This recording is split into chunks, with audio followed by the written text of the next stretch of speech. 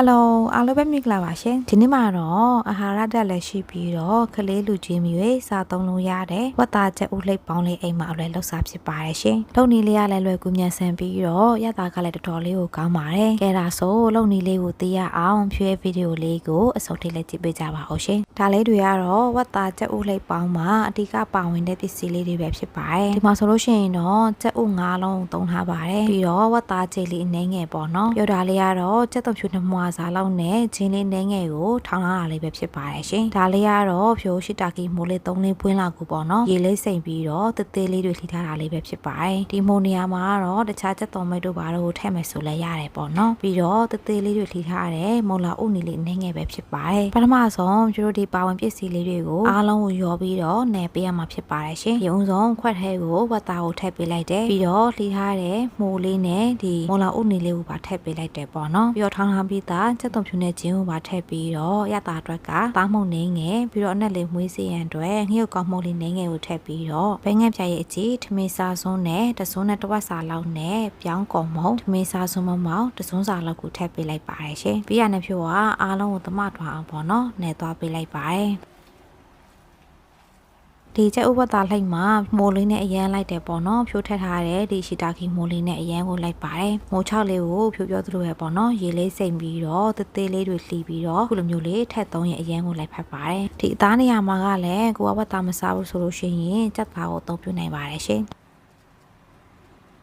နယ်သွားလိုက်တာနှက်သွားပြီဆိုလို့ရှိရင်တော့ဖြိုးတို့ခွက်လေးတစ်လုံးထဲကိုကြက်ဥကိုဖောက်ထပ်ပေးလိုက်ပါမယ်နော်ဖြိုးကတော့ကြက်ဥ9လုံးသုံးထားပါတယ်ကြက်ဥထဲကိုလည်းဖြိုးကအသားမှုတ်လေးနည်းငယ်နဲ့ငှက်ကောက်မှုတ်လေးနည်းငယ်ကိုထည့်ပြီးတော့ခလောက်ပေးထားလိုက်ပါတယ်ရှင်အားလုံးနှက်သွားအောင်ပေါ့နော်နှက်သွားပြီဆိုလို့ရှိရင်တော့ဖြိုးတို့မေးအေးလေးဖွင့်ပြီးတော့စီလေးနည်းငယ်ကိုအိုးထဲကိုထည့်ပေးလိုက်မယ်ပြီးရင်တော့ကြက်ဥကိုဖြိုးတို့နည်းနည်းလေးထည့်ပြီးတော့ပေါ့နော်ဒီတပြားစာရအောင်မိခဲအေးလေးနဲ့တဲသွားပေးလိုက်ပါမယ်ရှင်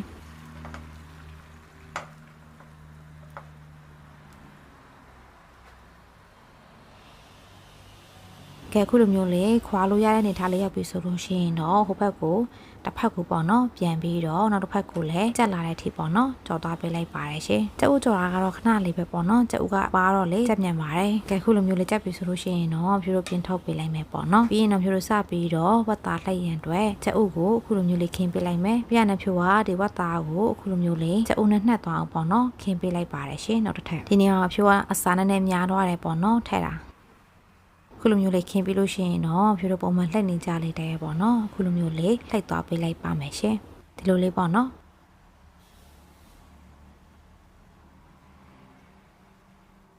ပြီးရင်တော့သူ့ကိုပေါင်းမဲ့အိုးထဲကိုထည့်ပြီးတော့အဖုံးလေးအုပ်ပြီးတော့မိနစ်20လောက်ပေါင်းသွားပေးလိုက်ပါမယ်